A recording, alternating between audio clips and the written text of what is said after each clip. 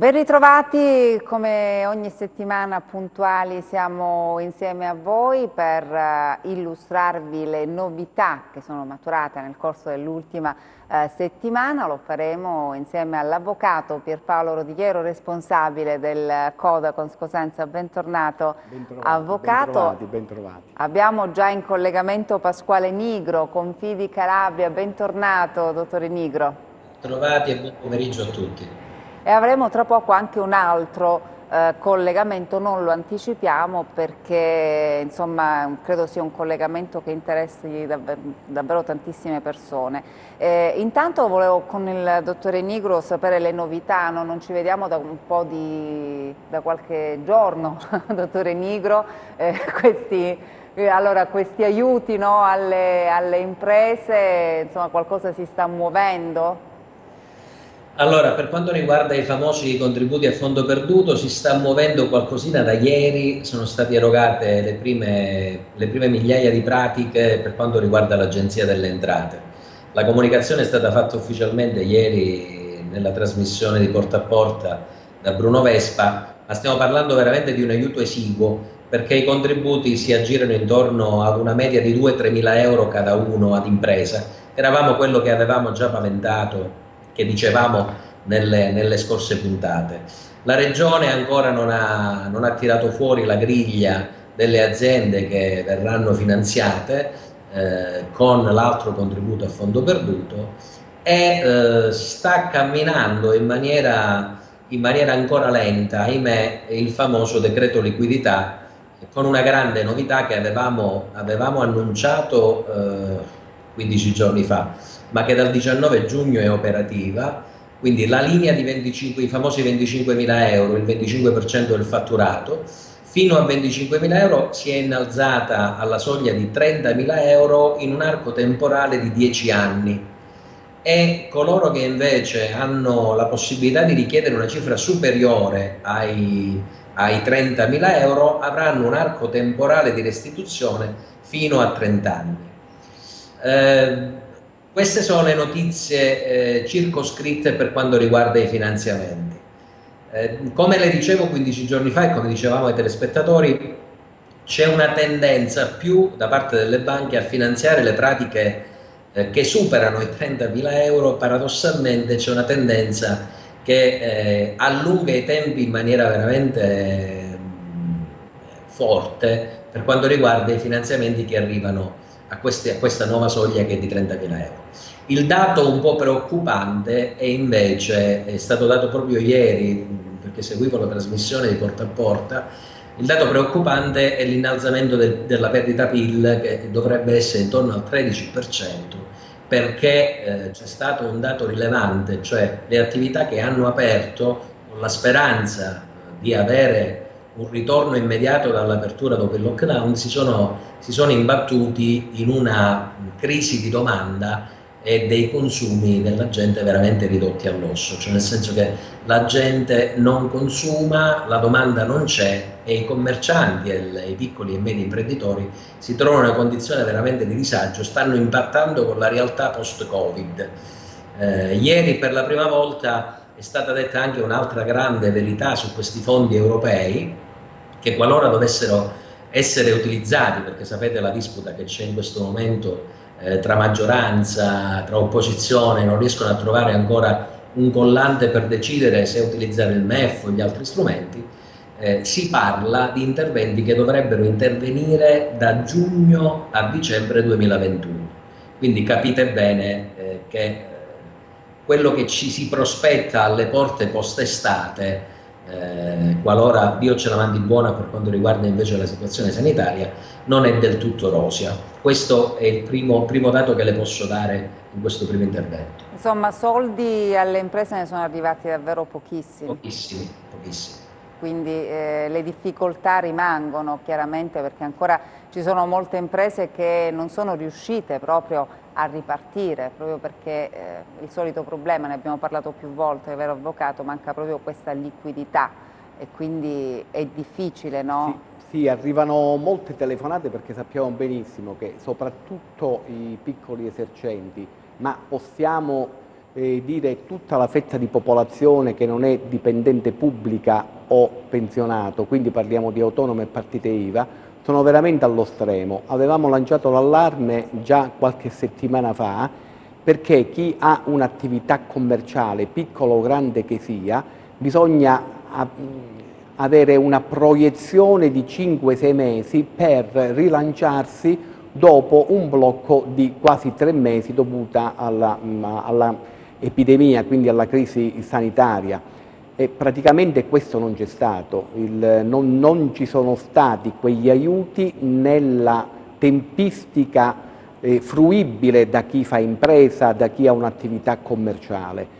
Voglio anche ricordare che la carenza di domanda è dovuta dal fatto che in questi mesi praticamente milioni sono gli italiani che sono in cassa integrazione, altrettanti coloro che hanno perso il lavoro e quindi anche quelli che non sono tutelati dalla cassa integrazione, e moltissimi sono gli operatori commerciali che hanno preferito non aprire proprio l'attività commerciale per evitare di sovrapporre spese su spese. Non c'è stata la tanto richiesta detassazione, per cui ci si è trovati a dover impattare con spese che sono sempre fisse, detassazione che non c'è stata la detassazione, i contributi stentano ad arrivare, ma per chi ha fatto richiesta, soprattutto se stava in posizione di bilancio buona prima della pandemia. Naturalmente sappiamo tutti che se dobbiamo aspettare gli aiuti europei a giugno 2021, praticamente qui ci sarà una moria, non so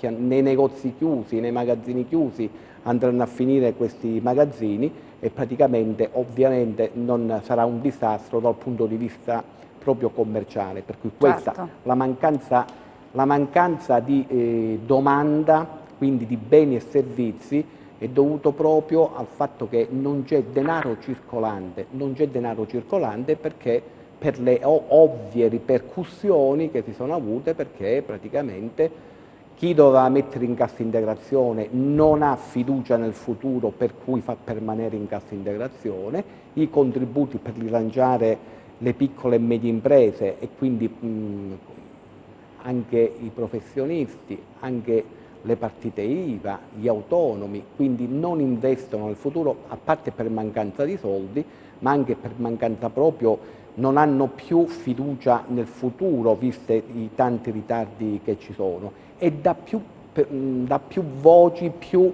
settori commerciali praticamente arriva il grido di allarme che per mancanza proprio di liquidità molto probabilmente le prossime scadenze fiscali non verranno onorate per mancanza di soldi, per cui ci sarà una forte mancanza di gettito nelle casse sociali.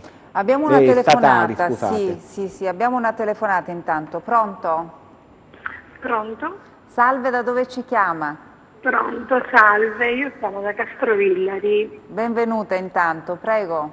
Grazie, complimenti per la trasmissione. Grazie. Volevo fare qualche domanda all'avvocato. Sì. Allora, volevo sapere, per questi finanziamenti che stanno facendo a fondo perduto, se c'è qualcosa per i giovani che vogliono aprire una nuova attività. C'è il dottore Nigro anche che può esserci utile, non so se vuole rispondere. Grazie. Sì, non voglio bruciare la risposta, il dottore Nigro sicuramente gli è capitato. È una nuova attività, quindi non già uno storico, quindi non è nata prima, ecco, è una nuova attività commerciale. Allora, dottore Nigro, vogliamo rispondere? Sì, allora, gli strumenti messi in campo in questo momento dal punto di vista della finanza agevolata, sia per le start-up, quindi le aziende che devono nascere, che per le aziende che non hanno più di 12 mesi di vita, quindi stiamo parlando di aziende che sono un anno, 11 mesi fa, hanno la possibilità di ricevere un contributo a fondo perduto con un'agevolazione che va pari al 35% dell'importo richiesto. La restante parte a tasso zero E l'altra grande comodità di questo bando, che ormai è famoso, ne sentite parlare tanto, si chiama Io Resto al Sud, prevede in questo momento Covid un'ulteriore linea di credito a fondo perduto di 15.000 euro proprio per le spese di gestione del primo anno.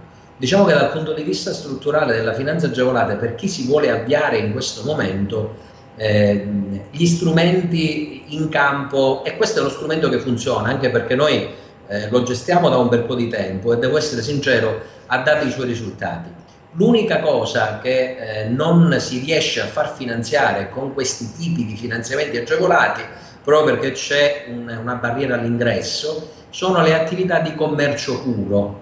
Quindi se vogliamo aprire un negozio di scarpe o un negozio di vestiti, di abbigliamento, non ce lo finanziano. Però se vogliamo aprire artigianato, servizi, faccio un esempio, se noi produciamo il vestito e lo vendiamo, sì, ma se facciamo commercio puro non rientra tra le attività finanziabili, perché ahimè il commercio è visto in questo momento, come l'edilizia, sono viste praticamente come attività ad alto rischio e che non danno la sicurezza del rientro e quindi la possibilità di restituire questa parte a tasso zero che deve essere poi, ahimè, restituita, insomma, nei 5 anni di attività. Perfetto, quindi uno che vuole usufruire, no, un giovane che vuole usufruire di queste opportunità, allora dottore Inigo cosa deve fare brevemente? Qual Fino è a la 46 strada? anni d'età può tranquillamente collegarsi sul sito o rivolgersi ovviamente agli studi di consulenza come i confidi, come i commercialisti, coloro che sono abilitati a poter espletare la funzione di questo bando, o collegarsi sul sito www.invitalia.it e ricercare il bando Io Resto al Sud. Perfetto, la ringrazio. Intanto, insomma, abbiamo in queste settimane, in questi mesi stiamo parlando di tanti soldi, no, ipotetici che devono arrivare, tanti finanziamenti, aiuti, eccetera, eccetera. Poi abbiamo visto che la realtà purtroppo è ben diversa. Tante garanzie ci sono. Tante garanzie, però purtroppo liquidità. Alla fine, insomma, questi soldi in tasca agli imprenditori e alle famiglie ancora non sono arrivate. Io volevo parlare anche di un'altra cosa, perché avvocato, c'è questa sentenza della consulta che riguarda l'assegno praticamente dell'invalidità civile, un assegno di 285 euro che la consulta ha detto non può essere sufficiente per garantire, no, un tenore di vita adeguato, insomma, a chi ne usufruisce. Ne parleremo tra poco, avvocato, perché credo che questo sia un argomento molto, molto importante. Intanto sentiamo chi è in linea. Pronto? Pronto? Salve. Buonasera, avvocato. Da dove ci chiama? Io chiamo da Vibo, ho chiamato pure 15 giorni fa per quanto riguarda diciamo, l'invalidità civile. Perfetto. E se c'è qualche cosa di aumento, perché mi aveva detto l'avvocato che si parlava tra una settimana. Volevo sapere se c'è. Ne stavamo notizie. parlando proprio adesso, quindi sicuramente questo interesserà. Poi un'altra cosa, sì. Poi un'altra cosa, io sento parlare di cassa integrazione. A me mi dispiace per questi poveracci che sono a casa. Io la prima cassa integrazione, io sono stato 10 anni in cassa integrazione, ho passato dei momenti brutti con 4 figli piccoli. La prima cassa integrazione mi ha pagata dopo 24 mesi e poi quando facevano la Regione Calabria, i progetti, questi è la Regione Calabria che non va bene per poter pagare i poveri sventurati. Questo è il discorso, perché dormono, se ne fregano della popolazione, di quello che sta morendo di fame. Vi ringrazio. Grazie a lei. Intanto la richiesta sugli invalidi civili, c'è stata questa sentenza, no, della consulta, sì. Sarà aumentato? Allora, vi sono molto probabilmente il telespettatore ha fatto una domanda sull'invalidità civile. C'è degli aumenti che riguardano tutti gli invalidi civili, però sono quelli aumenti che seguono il costo della vita, quindi l'indicizzazione Istat, mentre invece una sentenza che molto probabilmente peserà molto sulle casse statali, ma finalmente ha fatto giustizia di decenni veramente di sofferenze da parte degli invalidi civili al 100%, quindi stiamo parlando di invalidi civili al 100%, i quali, ottenuto l'accertamento e questa soglia di invalidità, percepiscono ancora poco più di 286 euro mensili, Sì. 286 euro mensili. Finalmente la Corte Costituzionale ha dichiarato, a seguito di un ricorso della Corte di Appello di Torino, che praticamente non è conforme a Costituzione praticamente questa soglia diciamo, di indennità che si dà, quindi questa pensione di invalidità, e l'ha portata a 514 euro, quindi il vecchio milione di lire. Questo per quale motivo? Già dal 2011 praticamente tutte le rendite previdenziali e assistenziali si erano adeguate per assicurare una vita libera e dignitosa a coloro che ne erano beneficiari. Soltanto per quanto riguarda gli invalidi al 100% c'era questa forte discrasia, nel senso che era veramente una cifra minima che, invece di sollevare, diciamo, chi aveva, diciamo, una serie di patologie, praticamente finivano per aggravare, no? Perché praticamente con questa cifra non so veramente come hanno fatto a campare fino ad oggi, e praticamente si è pronunciata la Corte Costituzionale. La tempistica per adeguare queste pensioni è la seguente.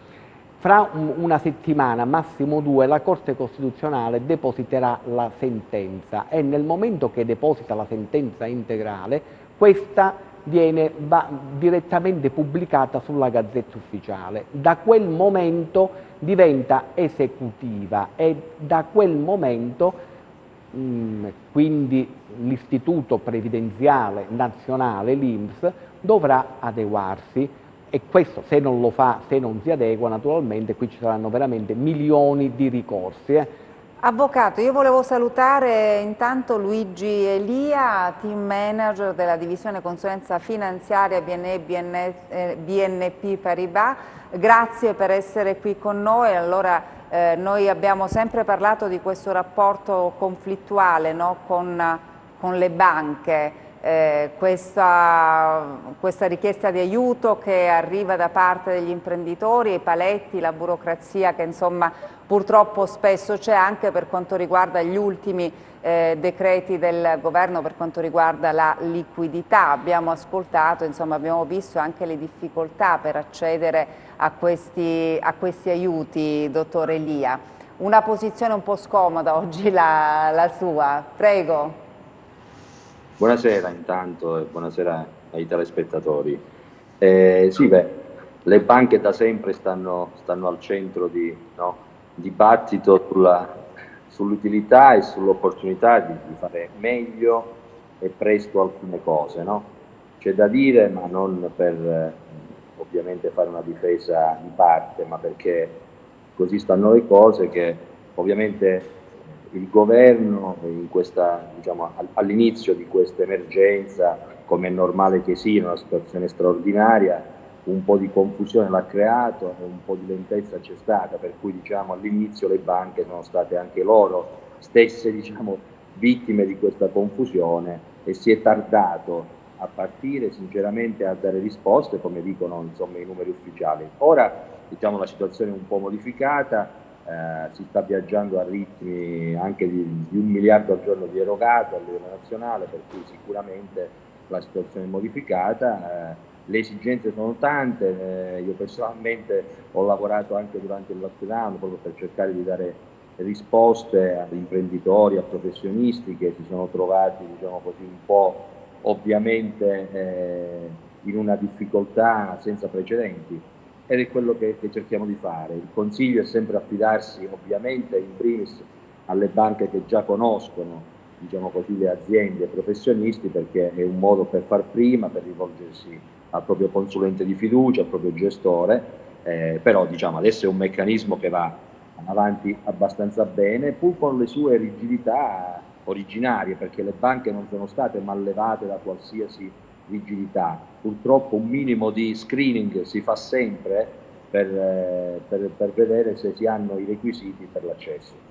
Quindi uno screening, avvocato, volevi intervenire anche Pasquale Nigro, credo, perché insomma dai dati, no, che ci sono stati forniti, insomma, a quanto pare non tantissimi imprenditori sono riusciti ad accedere a questo fondo per la liquidità. Intanto salutiamo prima chi è in linea, perché qui, dottor Elia, diamo precedenza ai nostri telespettatori, chiaramente, che ci chiamano in diretta. Pronto? Pronto? Pronto? Sì, prego, da dove chiama? Io chiamo da Bisignano. Prego. Siccome io sono in disoccupazione e ho quasi terminato, vorrei sapere se dopo che ho finito c'è qualche bonus o qualcos'altro, non so.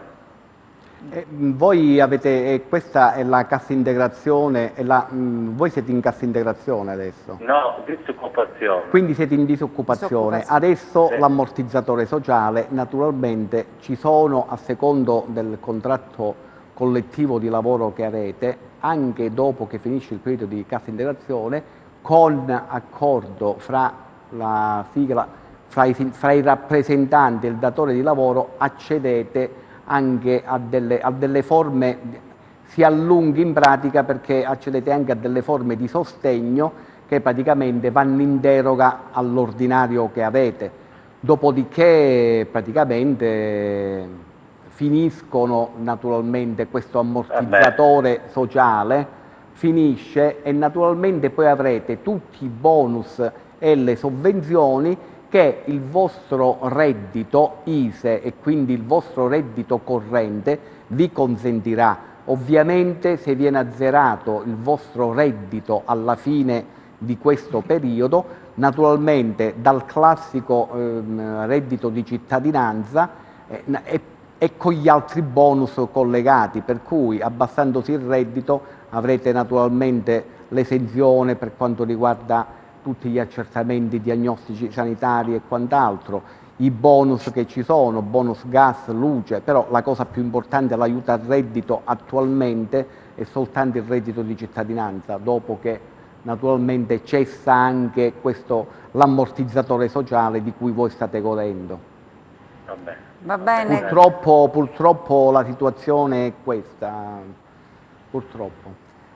Grazie per aver telefonato. Allora, volevo far intervenire anche il dottore Nigro. Insomma, abbiamo sentito dal dottore Elia che le cose un po' stanno migliorando, no? All'inizio c'è stata questa confusione non solo per gli imprenditori ma anche per le banche. Il governo aveva chiesto questo atto d'amore, no?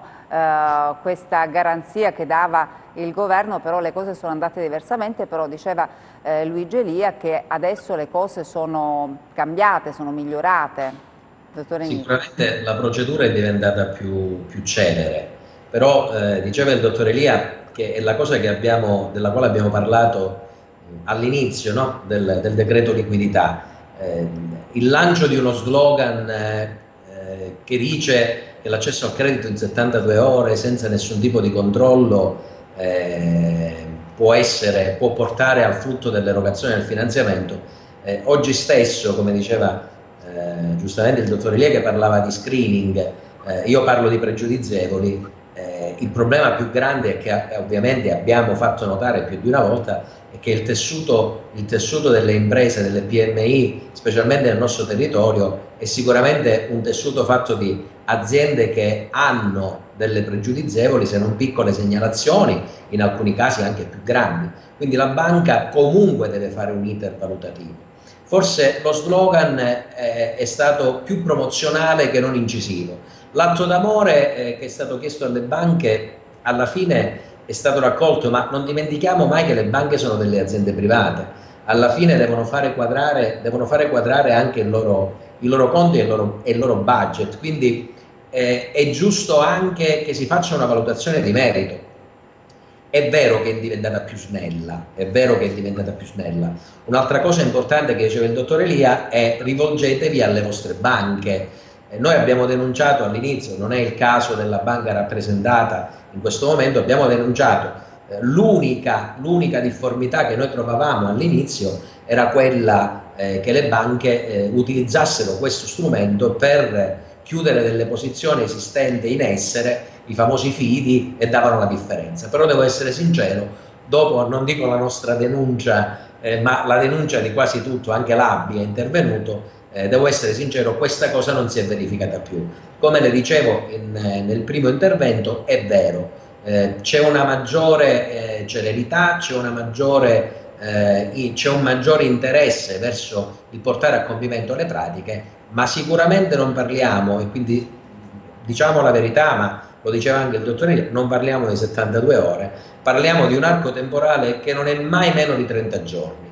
Questo glielo posso garantire, perché è giusto che si dicano le cose come stanno, qualora ovviamente il cliente non abbia nessun tipo di pregiudizievole, perché nel momento in cui il cliente presenta delle pregiudizievoli all'ingresso, sicuramente la banca, nonostante il decreto liquidità fino ai 30.000 euro garantito al 100%, diniega la pratica, e di questo posso confermarlo, ma penso che anche il dottor Elia mi può dare conforto su questa cosa.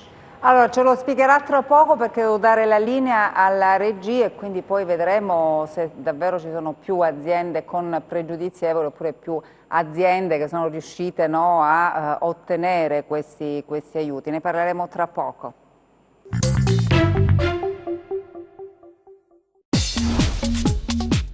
Cerca Teleeuropa sul tuo Play Store o Apple Store e scarica la nostra app.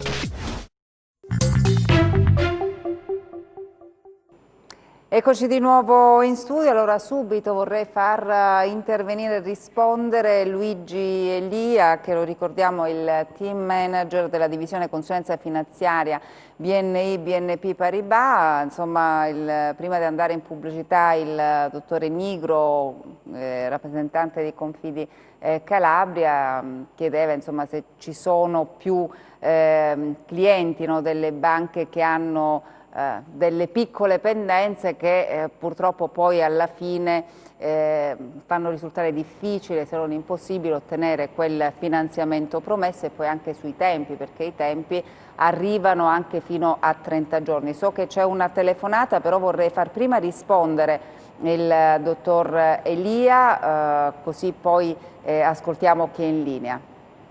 Abbiamo il... Eccoci qua. Sì, facciamo rispondere. Ovviamente capita nelle istruttorie creditizie di riscontrare problematiche che non consentono di arrivare a un buon esito, però insomma, in questo caso vorrei anche vedere il bicchiere mezzo pieno. Sinceramente sono una minoranza, la maggior parte delle aziende ormai, anche perché diciamo, si opera anche poi in sinergia molte volte con gli studi di consulenza, i commercialisti eccetera, hanno imparato, ecco, voglio dire, lungo questo percorso difficile che stiamo vivendo a livello sanitario ed economico, che bisogna avere alcuni requisiti. Devo dire, per la maggior parte dei casi ci sono. È chiaro che si riscontra soprattutto nel nostro sud, che è fatto di piccole micro imprese che avevano già difficoltà diciamo nel periodo ante-Covid. Ovviamente queste difficoltà si sono acuite. C'è da dire anche che qualora, questo lo dico a beneficio di chi ci ascolta, si riscontrassero delle negatività come dei ritardi di rate o delle pregiudizievoli che sono sorte nel periodo invece Covid, ovviamente in questo caso la banca può concedere ugualmente il finanziamento. Ovviamente qualora le problematiche fossero antecedenti al periodo Covid, questo impedisce l'erogazione, però ripeto, si tratta di una minoranza. Ovviamente avremmo avuto tutti piacere, sinceramente, perché le banche, come diceva il mio amico il dottor Nigro, che dall'alto della sua visione Confidi ha tante esperienze in questo, è chiaro che le banche non lo fanno per un fatto di cuore, sono imprese che devono dar conto ai propri azionisti. Io lavoro gruppo in BNL, che è una banca storica, un gruppo BNP Paribas, e sicuramente anche noi dobbiamo dar conto ai nostri azionisti, ma avremmo piacere che si potesse darlo a tutti. Il problema è stato che il legislatore su questo non ha diciamo così, escluso che si potesse intervenire diciamo, per tutti, per cui per quel che si può fare posso dire, per la mia esperienza, che sto tutti i giorni sul campo, però nella stragrande maggioranza delle volte si riesce a intervenire positivamente. Tra poco facciamo intervenire anche l'avvocato Rodighiero, ma vediamo se ancora abbiamo la telefonata. Pronto? Abbiamo la telefonata? Pronto? Pronto? Eccoci, Sì. da dove chiama? Da Catanzaro. Benvenuto, prego. Sì, grazie. Volevo dirgli all'avvocato due domande, posso? Prego, prego.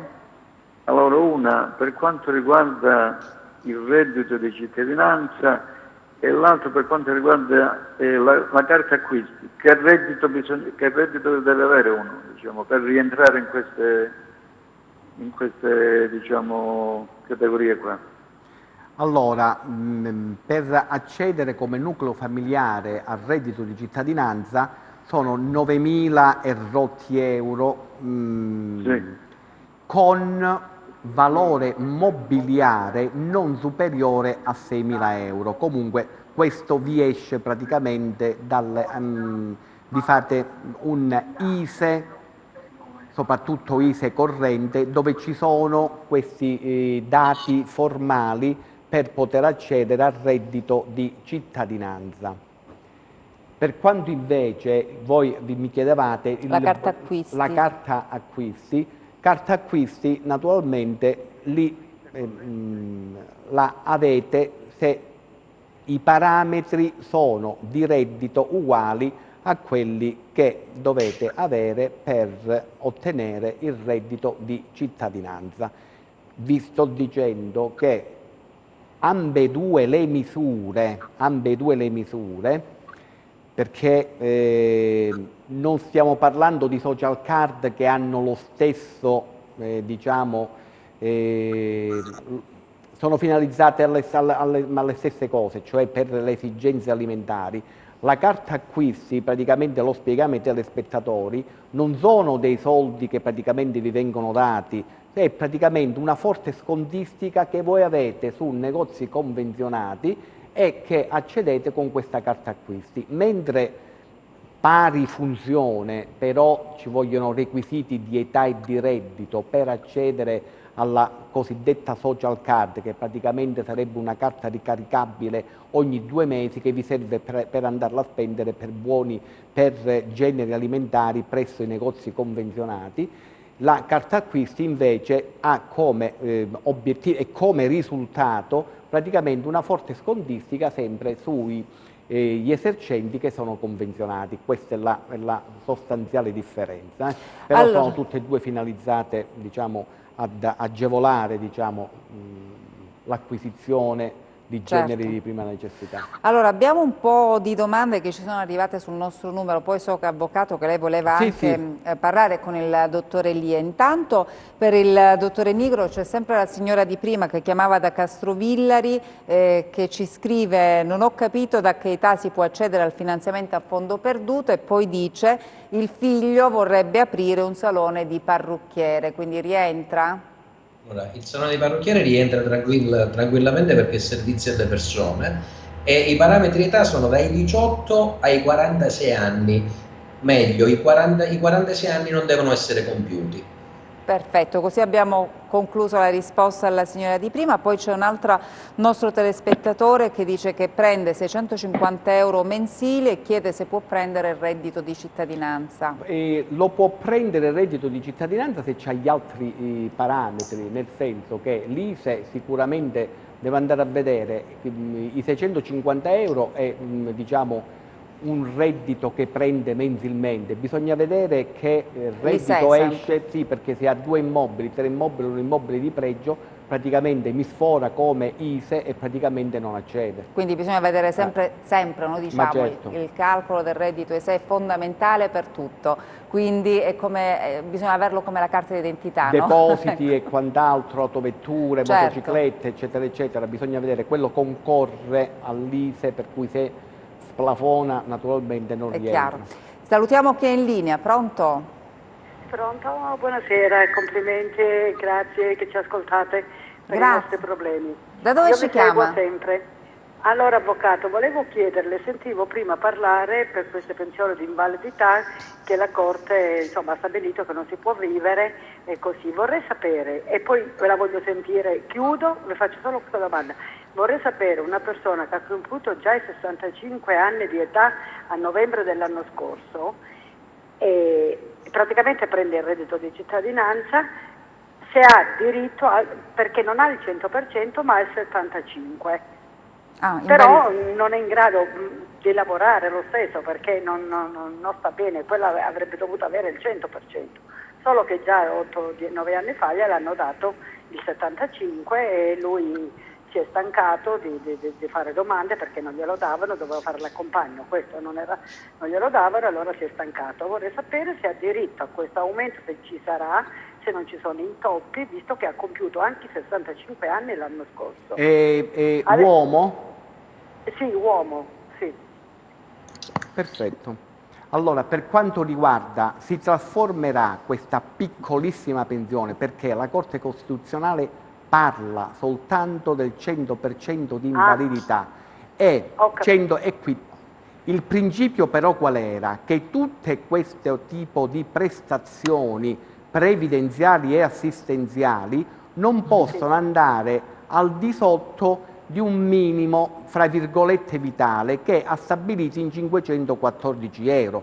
Se è ben vero, la Corte Costituzionale ha già sancito da anni che il minimo al di sotto del quale si scende sotto la soglia di povertà attualmente sono 640 euro mensili, nemmeno i 514. C'è un po' di confusione anche nelle pronunce del nostro giudice costituzionale, però per quanto riguarda la domanda della telespettatrice, cosa succede? Non riguarda questa sentenza direttamente chi non ha il 100% e fra 2 anni si trasformerà in pensione di anzianità, quella che percepisce adesso. Cioè, allora fra 2 anni quando compi 67 potrà 67, ottenere... per le donne 65. Ah, invece per gli uomini 67. Ho capito.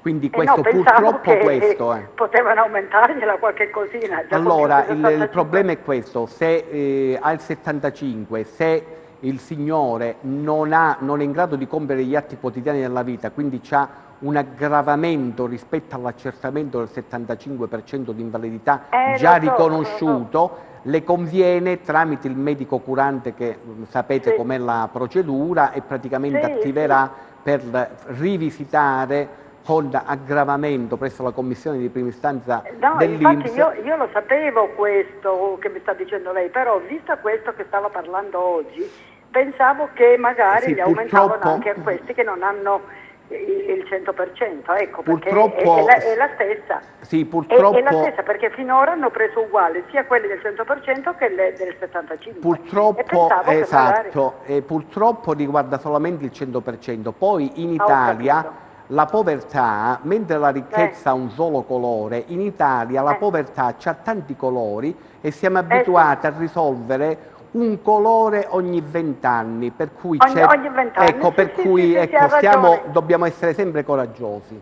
Grazie signora per aver telefonato. Grazie, vi saluto tanto e buon proseguimento, io vi seguo tutti i giorni. Grazie davvero di cuore signora. Allora, avvocato, lei voleva parlare anche con il dottor Elia. Tra l'altro le banche avranno anche questo ruolo importante per quanto riguarda le maxi detrazioni per le spese di riqualificazione energetica, per le misure antisismiche e l'installazione di impianti fotovoltaici.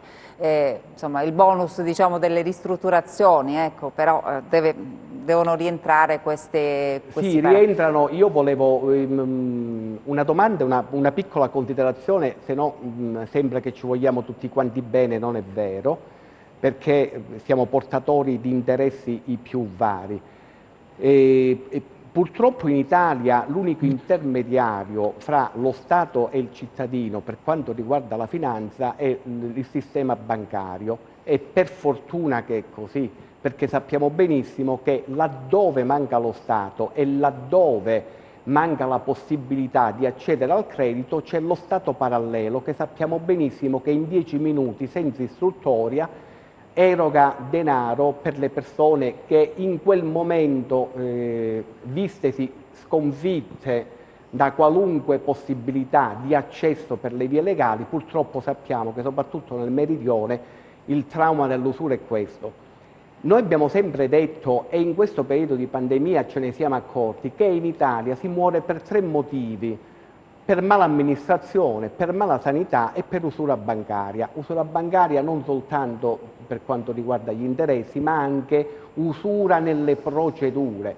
Purtroppo il dottor Elì è vero che rappresenta, e naturalmente non è naturalmente rivolto a lui, però il problema è che l'intermediazione purtroppo viaggia soltanto attraverso le banche. Le banche è vero che giustamente, siccome devono portare utili e devono rispondere agli azionisti, l'istruttoria la devono fare, perché deve essere garantita, perlomeno deve essere garantito il rientro dei soldi che loro elargiscono. Il problema è che le persone normali, le imprese e le aziende, se non hanno di che garantire, possono morire di fame, possono veramente fallire.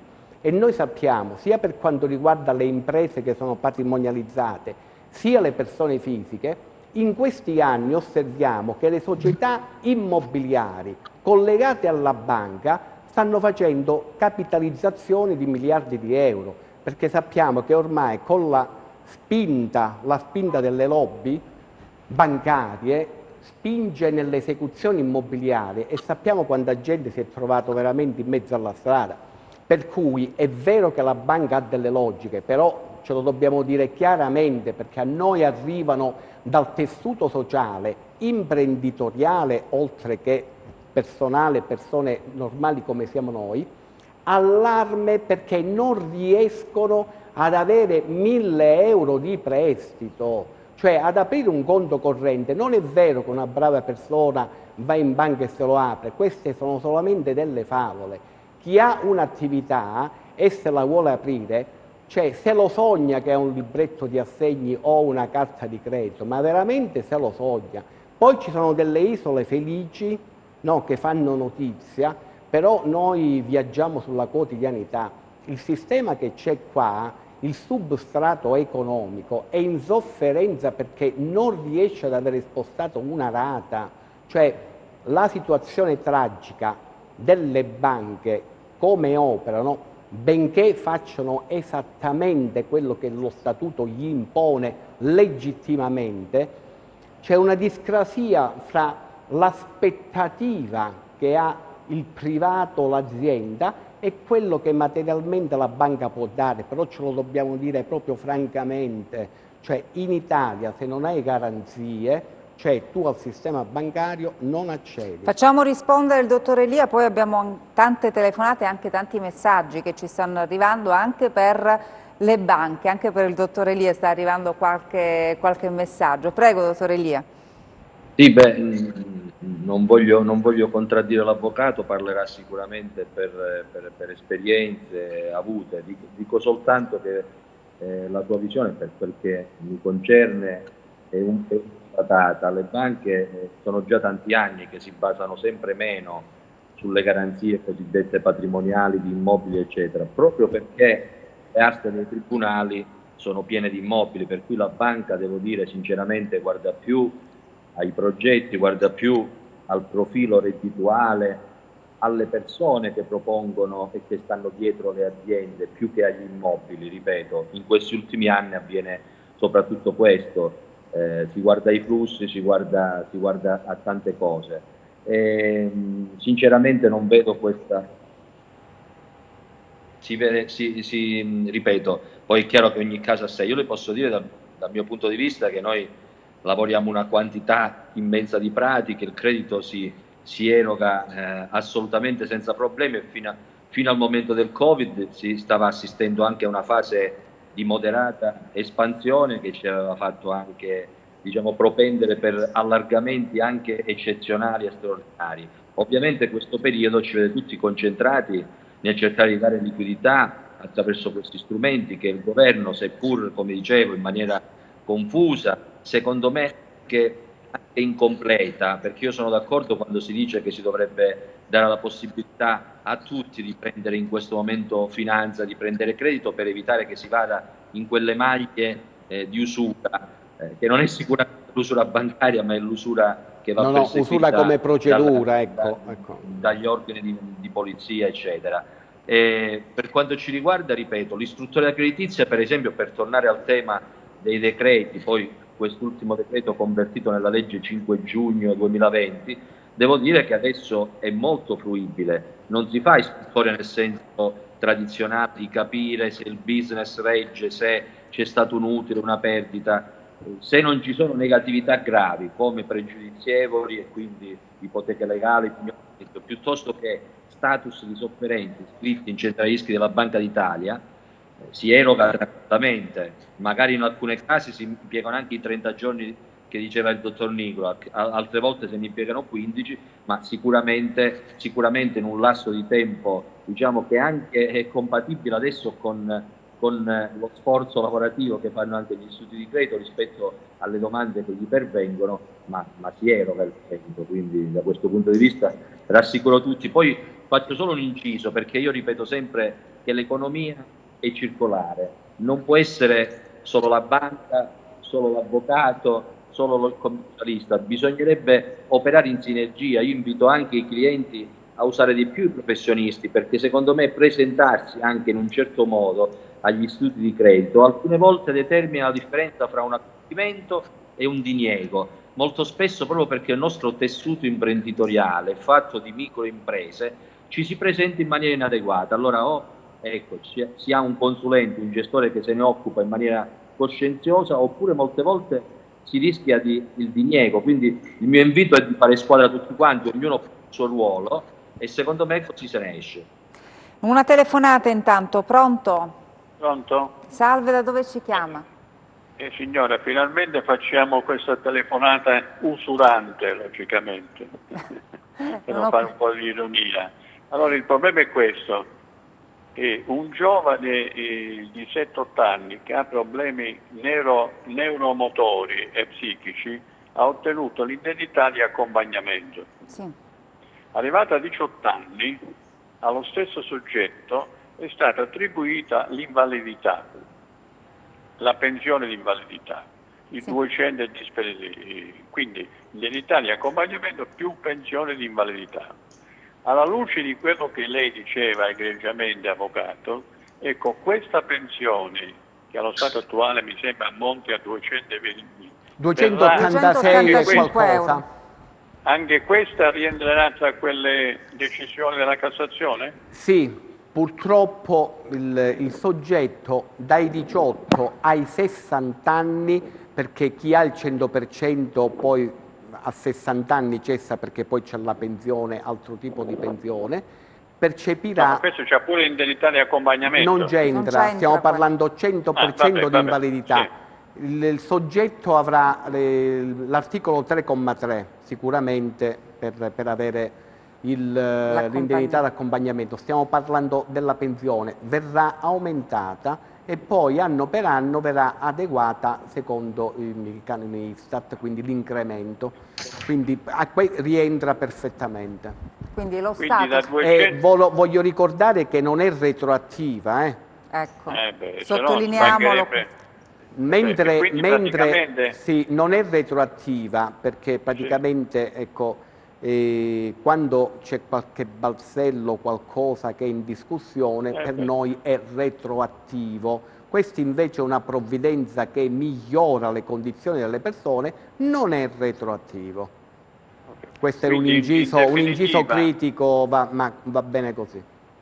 In definitiva, avvocato, allora questo soggetto ha diritto a domanda. Andrà a percepire l'indennità di accompagnamento più sì, la pensione. L'indennità di accompagnamento non c'entra. Sì, ho capito. La pensione, quindi la pensione è rivalutata. Non è rivalutata, verrà portata, verrà raddoppiata e poi ogni anno ci sarà l'incremento Istat. E quando entrerà in funzione allora, questa legge? Molto probabilmente le sentenze della Corte Costituzionale 7-15 giorni vengono pubblicate, subito pubblicate in Gazzetta, e dal giorno successivo alla pubblicazione sulla Gazzetta Ufficiale sono operanti. Perfetto.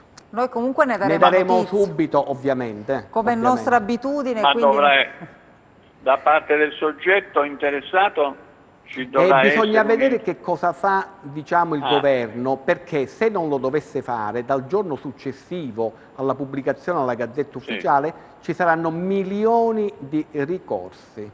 Allora, dopo al giudice, naturalmente. dopo insomma, la pubblicazione, lo Stato dovrà adeguare gli importi, se non vuole, automaticamente. Ecco, dovrà. Sì, deve. Se non lo fa, soggiacerà a una miriade, ecco già, insomma. Va bene, poi chiaramente noi ne Grazie. daremo notizie appena sarà pubblicata su Gazzetta Ufficiale e quindi continueremo a parlarne perché, ahimè, è un argomento che interessa molte persone perché purtroppo ci sono tante persone che vivono solo con quelle 285 euro al mese. Abbiamo un'altra domanda che ci arriva sul nostro numero e riguarda proprio la banca. No, la dobbiamo fare dopo la pubblicità, rimanete con noi.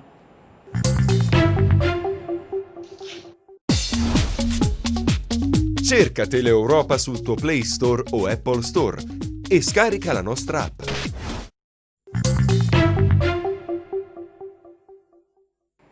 Ed eccoci di nuovo in studio. Allora, una domanda che ci è arrivata sempre sul nostro numero WhatsApp. La banca mi ha chiesto di coprire le rate del mutuo anche di marzo e aprile per accedere al fondo di garanzia. Chiede questo nostro telespettatore: è normale? Oltre a gennaio e febbraio il mio locale marzo e aprile è stato chiuso. Allora, non so se possiamo far rispondere il dottore Lia, ecco qua, insomma questo anche il dottore Nigro, credo che ci siano anche stati altri casi, no? Come quello che ci viene segnalato dal nostro telespettatore, che un'azienda chiusa non ha un'attività a causa del Covid-19, però la banca gli chiede: ma guarda che mi devi pagare il mutuo, è normale? Ci chiede, dottore Lia, questo nostro telespettatore.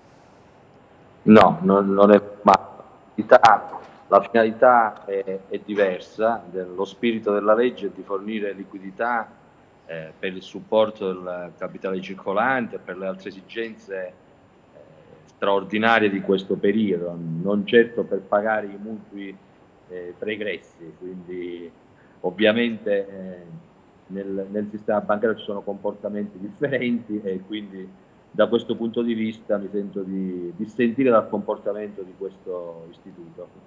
Quindi insomma non si fa così. Non so se il dottore Nigro ha anche altri esempi, no? Altre situazioni. Era quello che in precedenza denunciavamo anche noi.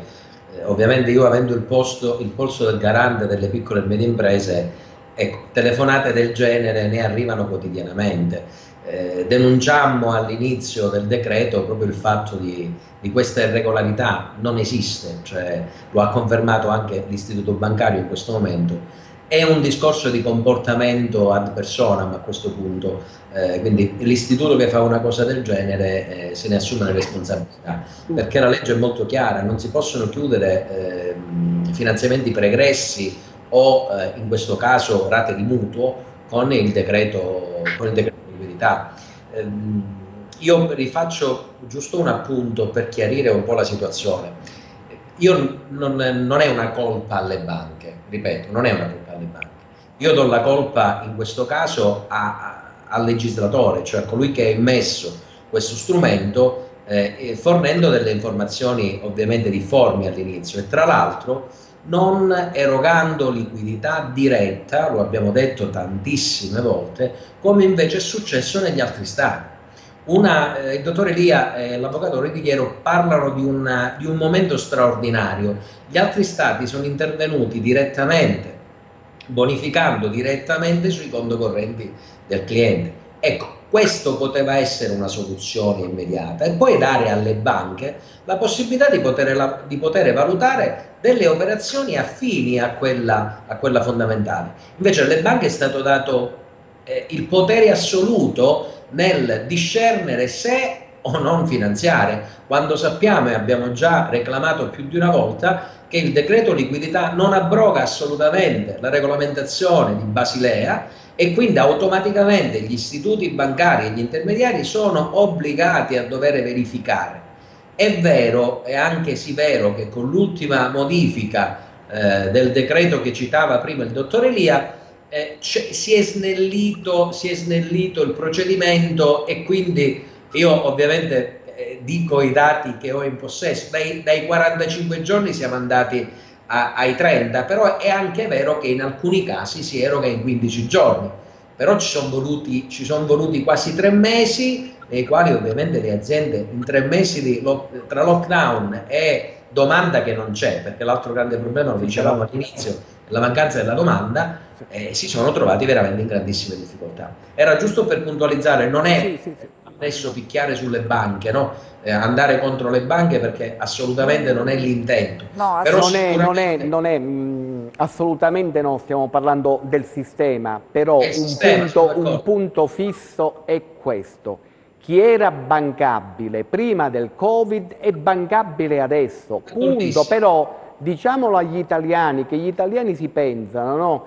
Che col Covid chi era in difficoltà ma tirava la baracca, quindi il piccolo imprenditore, l'esercente, il rappresentante di commercio, si è trovato nella disastrosa situazione di proprio abolizione del reddito, quindi lì in quel momento ha bisogno di liquidità. Chi non poteva accedere ai servizi bancari prima del Covid, dopo del Covid non ci accede. Questa è la situazione, per cui la sofferenza, l'ingaglio, il protesto, la segnalazione in Banca d'Italia, cioè praticamente questo non è un fatto che, come esisteva prima Covid, anche post-Covid, cioè questo deve essere chiaro comunque, perché altrimenti sembra che ci sono bacchette magiche, quelle più belle e quelle più brutte. No, è stata tutta, ecco, questo strumento non doveva passare molta pubblicità c'è stata e praticamente poi non c'è stato alcun riscontro. Voglio anche dire, notizia di questi giorni, che praticamente dal 1° luglio le transazioni in contanti si possono fare a 1.999 euro, dopodiché tutte le transazioni vanno solamente con moneta cosiddetta elettronica, quindi carta di credito, bonifico, eccetera, eccetera. Ma lo vogliamo dire agli italiani che oltre il 40% di chi è in attività lavorativa è stato protestato, gli è saltata una rata, è in incaglio, è in sofferenza con un mutuo, e che se si va a comprare un telefonino di 50 euro nessuno gli fa credito. Per cui chi ha fatto un po' di carosello e deve andare a fare un pagamento non può andare in banca con 2.500 euro e fare un bonifico, perché lo cacciano fuori se non è cliente. Per essere cliente non è che va il disoccupato, cioè senza alcuna cosa, e gli aprono il conto corrente, gli danno la carta di credito. Anche qui, siccome stiamo viaggiando con una legge del 1934 per quanto riguarda i problemi che si hanno con assegni cambiali e quant'altro, cioè, ma lo vogliamo dire? Cioè, non è che togliamo, è vero che è sacrosanto combattere i fenomeni dell'usura, no? Quindi togliere completamente il denaro, ma ci rendiamo conto di che realtà c'è in Italia? Togliamo il denaro e praticamente la fetta di popolazione che non può accedere a questa forma di pagamento, che fa? Poi ritorniamo allo stato parallelo per andare a fare gli acquisti. Cioè, ecco perché c'è proprio il sistema. Sì, prego, dottore Elia, prego. Perché sennò l'avvocato è un grande oratore, ma è giusto anche che diciamo... No, bisogna spiegare, come no? Appunto, spieghiamo, perché lei dice una verità ma parziale. Sì. Nel senso che è vero che chi aveva problematiche serie e gravi prima del Covid non è finanziabile neanche post-Covid, ma per questo esistono altri strumenti ed è lo Stato che deve rispondere. Il dottore Nigro può dire esistono esistono altri strumenti. Per il credito cosiddetto ordinario non è proprio vero quello che lei dice, perché le posso assicurare che chi invece prima del Covid, pur non avendo problematiche, aveva magari invece difficoltà di accesso al credito, con questo strumento oggi, che ha, soprattutto parlo dei finanziamenti che possono arrivare a 25.000 euro, adesso elevati a 30.000 euro, dal momento in cui c'è una garanzia dello Stato al 100%, le posso garantire che invece una platea vastissima, che comunque fino a febbraio non riusciva ad avere credito bancario, perché magari i bilanci non erano fatti bene, perché non c'erano tante altre condizioni. La banca non è che fa screening solo sui protesti, sui pregiudizievoli, se uno un bilancio ce l'ha in perdita, la banca non può finanziarlo, ci sono delle norme europee, eccetera. In questo caso questo viene superato con la garanzia al 100%, adesso fino a 30.000 euro, chi magari aveva difficoltà di accesso al credito fino a febbraio, le posso garantire che tante aziende invece hanno avuto la loro erogazione proprio grazie a questo strumento che, ripeto, io ho criticato il governo per come è stato introdotto, si poteva fare meglio, si poteva fare prima, sicuramente, ma ad oggi le posso dire con altrettanta onestà intellettuale che non è proprio così, che sicuramente tante cose si sono fatte anche grazie al fatto che le banche comunque ricevono una garanzia al 100%, per cui alla fine un'istruttoria di merito creditizio in maniera completa come si faceva fino a febbraio non la si fa. No, ne prendiamo atto perché Sì. in questo modo sappiamo anche noi consigliare, perché ci arrivano molte telefonate di privati e aziende che dicono che cosa possiamo fare, e noi ne prendiamo atto che invece c'è la possibilità. Intanto salutiamo chi è in linea, avvocato, perché noi diamo sempre precedenza ai nostri telespettatori. Pronto? Pronto? Salve, da dove ci chiama? Buongiorno, sono Filomena da Vibo. Da? Vibo. Benvenuta, prego. Se volevo fare una domanda all'avvocato Rodighiero. Prego. Buongiorno avvocato. Buongiorno. E a tutti gli altri. Non vi hanno risposto, Allora, ma vi hanno avvocato, salutato. mio marito quest'anno la 14ª non la prende, non riesco a capire il perché. L'anno scorso l'ha presa. La 14ª? La 14ª semplicemente, primo, patronato, andare a vedere la posizione previdenziale. Secondo, bisogna vedere che tipo di pensione prendeva, perché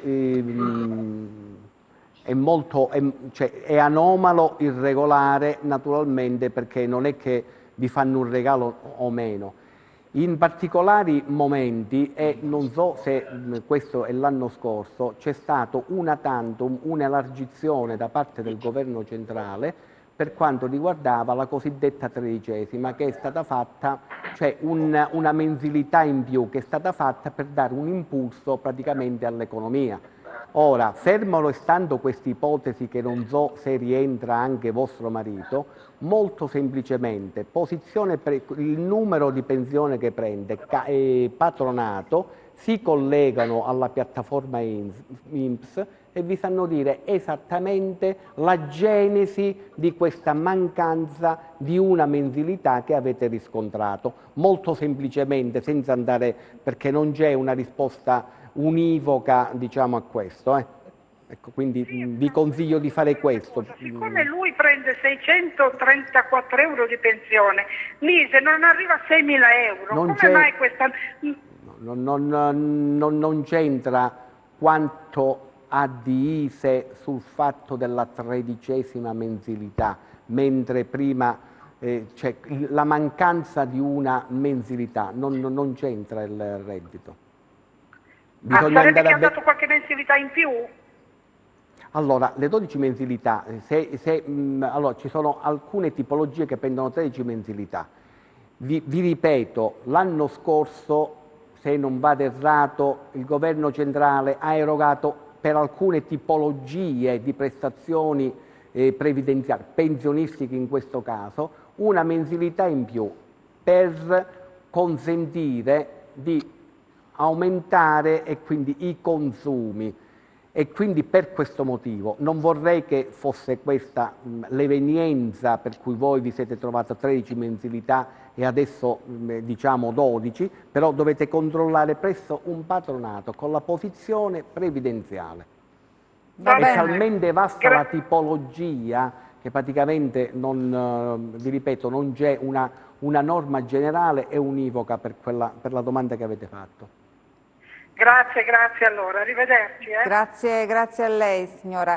Noi abbiamo intanto altre domande, ad esempio c'è qualcuno che vuole sapere di più sul bonus per ristrutturare casa. Dicevo prima anche al dottor Elia che insomma, le banche avranno un grosso ruolo, un grande ruolo, no? in questo bonus, perché insomma, c'è questo credito del 110%, e quindi molte persone sono interessate proprio a ristrutturare casa, ad adeguarla alle norme antisismiche, al risparmio energetico.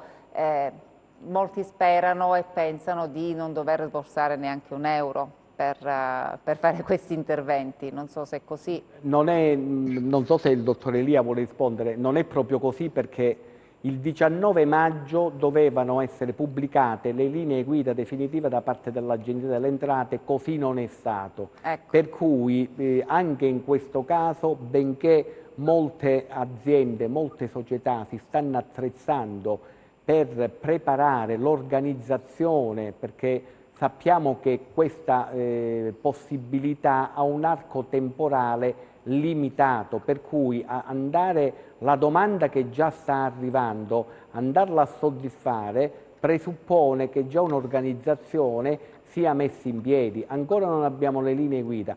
Un grosso, naturalmente, apporto anche consulenziale lo avranno le banche, perché naturalmente le banche anche in questo caso poi naturalmente non è che sono mere esecutrici, per cui lì anche le banche avranno un grosso, ecco, anche dal punto di vista della consulenza che faranno agli imprenditori, che poi sono chi usufruirà di questa sconto in fattura del 100%. Allora, dottor Elia, avete già avuto un po' di richieste, almeno di chiarimenti da parte di persone che vorrebbero, no, usufruire di questo bonus? Sì, ovviamente hanno già iniziato da qualche settimana, anche io in questo caso concordo con l'avvocato, stiamo attendendo delle linee operative. Dobbiamo anche specificare, sicuramente le banche avranno un ruolo. Proprio oggi è uscita un'intervista del mio direttore generale Tarantola di BNL, che dice che è stata istituita una divisione apposita, perché non è una cosa semplicissima. Giusto per chiarire, non si può parlare di ristrutturazione gratis, no? Uno dice il 110%, no, non è così. Si può optare per tre cose: il contribuente può optare per una detrazione fiscale, quindi portare in detrazione il 110% delle spese sostenute in 5 rate annuali di pari importo, quindi se lo può, diciamo, detrarre in 5 anni. Oppure può scegliere lo sconto in fattura, ma qui si dovrà capire che accordi riuscirà a prendere con i fornitori, oppure infine può optare per la cessione del credito. In questo caso, ecco, voglio dire, l'azienda può acquisire e quindi poi a sua volta, diciamo, scontarlo in banca, e quindi ci sono più vie. Sicuramente è una cosa che darà impulso, io credo che più che ai clienti finali, sicuramente tanta gente sarà invogliata a ristrutturare eccetera, ma anche al settore edile. Non ci dimentichiamo che soprattutto nel nostro sud non è che esistano tante industrie. Quella edile è sicuramente un'industria importante. Si dice che l'economia di un paese, di un territorio non riparte se non riparte l'edilizia. Io credo che questo strumento vada nella direzione giusta. Vedremo. Intanto salutiamo chi è in linea. Pronto? Caduta la telefonata, pronto? Abbiamo la telefonata? No, allora volevo fare intervenire il dottore Nigro, anche perché molti ci chiedono, no, poi materialmente cosa bisogna fare. Beh, stiamo aspettando ancora le linee guida, quindi come bisogna fare, ecco, proprio materialmente uno che vuole usufruire, no? Vuole tentare almeno di usufruire di questo bonus. Le linee guida non ci stanno, quello che diceva in questo momento il dottore Elia è quello che sappiamo tutti: o lo porta in detrazione, o tutti sperano, la famosa frase facciamo i lavori gratis sta nella terza delle tre fasi che ha spiegato il dottore Elia, la cessione del credito all'azienda, che poi dovrà in gergo tecnico scontarlo in banca. Loro confondono, anche questa è una procedura poi di valutazione che le banche ovviamente dovranno valutare, perché lo sconto prevede un saldo buon fine, prevede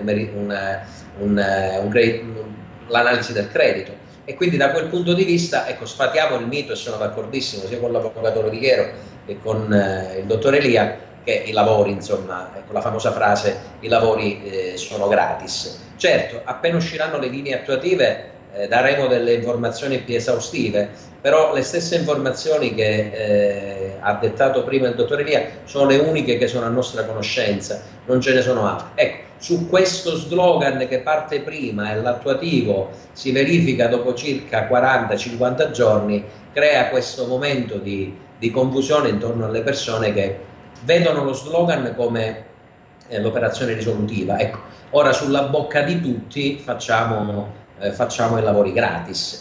Però invece in definitiva la procedura da seguire è ben delineata. Aspettiamo l'attuativo per capire effettivamente anche a livello di se esistono dei modelli da compilare, se esistono delle procedure che collegano direttamente il bonus al sistema bancario. Veramente di questo ad oggi ignoriamo completamente l'operatività.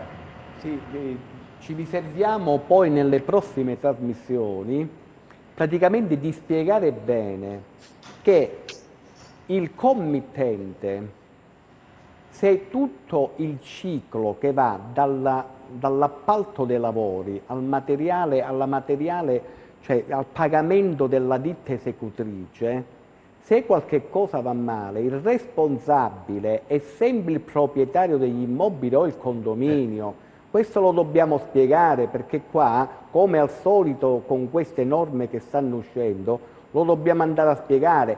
La fatturazione, lo sconto in fattura o la cessione del credito non libera il debitore principale.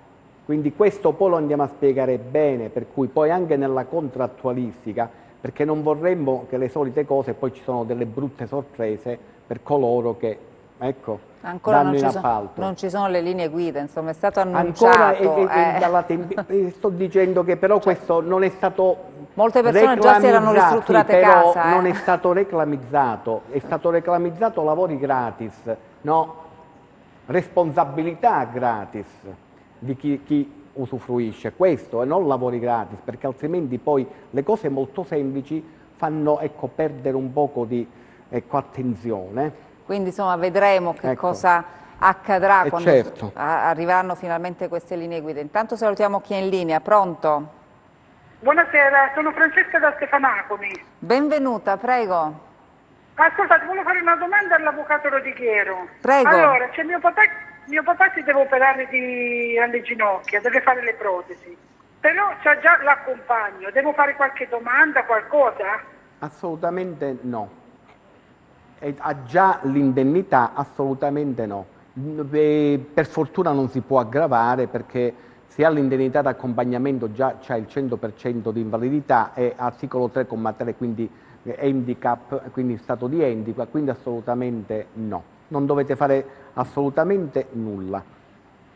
No, siccome io non ho la sedia a rotelle, non so se mi devono dare qualcosa allora vi sto dicendo, è ovvio che tutti gli ausili, perché a seconda della patologia che ha vostro padre, è ovvio che se avrà bisogno di ausili, tutti questi ausili, ci sono dei moduli da riempire, sono naturalmente gratuiti da parte del sistema sanitario nazionale, per fortuna ancora, e quindi di tutto quello che ha necessità naturalmente provvederete a compilare i relativi moduli, è ovvio questo. Questo va compilato all'ospedale?